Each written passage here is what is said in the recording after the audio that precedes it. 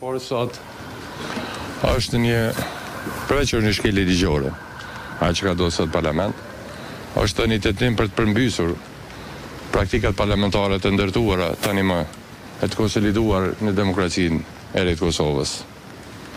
Kjo sot është fatkeqësisht një gjë që s'ka qenë dashur të ndodhë demokracisë Kosovës dhe shtetit Kosovës. Kjo është një tallje në mënyra se si tentohen të përmbyset krejt ai traditë e mirë e ndërtuar në Kosovë. Nuk ka seancë parlamentare për Komisionin e Buxhet para ditë mas dite me zgjedhje qeveri. Rregullisht janë ndryshe, zgjedhet qeveria dhe pastaj shkohet dhe futet parlamenti në punë me komisione e me buxhet.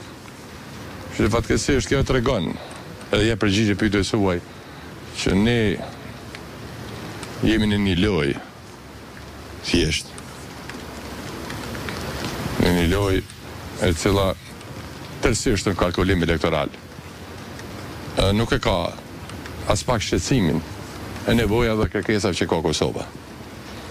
Nuk e ka shqetësimin e nevojave buxhetore të organizatave buxhetore, të punëtorëve, të projekteve, të fondeve me cilat vendi ynë funksionon dhe njerëzit presin nga institucionet që të kryejnë. Prandaj tash 8 muaj ne kemi bërë thirrje që të jemi të pjekur të thirrin mendjes racionale, të ndërtojmë marrëveshje politike, ndërtojnë institucionet dhe të funksionojë shteti.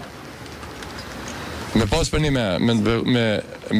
me shqetësimin e qytetarëve e atyre që kanë rrezikojnë mos me marr pagat dhe funksionimin e mirëfillt të shtetit, partitë politike sot e tash 8 muaj e deri sot ishim mbledh dhe kishim bërë edhe një buxhet me konsenzus, edhe një qeveri me konsenzus kalimtare për 3 muaj dhe nuk e kishin të kesh trajtuar e maltretuar qytetarët. Kështu që gjithë ata të cilët bëjnë thirrje, gjaja në emër të asaj të interesit nacional, ka hipokrizi të madhe në këtë ide. Ata që kanë pas mundësi mos marrë gjendje deri këtu në Kosovë, fatkeqësisht janë sjellë tërësisht pa përgjithshëm dhe kanë bërë një lojë pa skruput tërësisht e funë krye elektorale.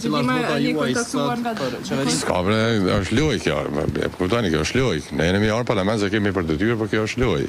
Çështjet për çka? Mandatari i dytë. Si vjetet e mandatari i dytë, kur kemi një ndryshim gjendjes, kur tentohet me bërë një konsenzus, kur i thirr partitë politike, kur ulesh edhe je hapur me gjetë një kompromis, kur për një me qetë në qendër nevojat e vendi, shqetësimet me cilat po ballafaqohet Kosova, me problemet që ka vendi, kur e ki interesin publik për para dhe kërkon me ngulm për ditë e me 1000 herë në ditë me aktorë të tjerë politik, më ul me tentu e me gjithë këtë konsenzus. A keni parë ju këso zhvillime në Kosovë tash e 2 javë?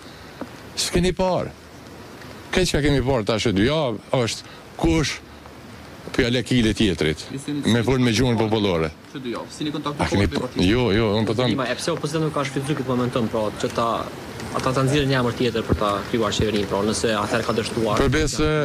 Përbes, po them, jemi fut një farë lojë kush me balojnë ma destruktiv, ma shumë destruktiv, kështu, përmjeshtërije negative.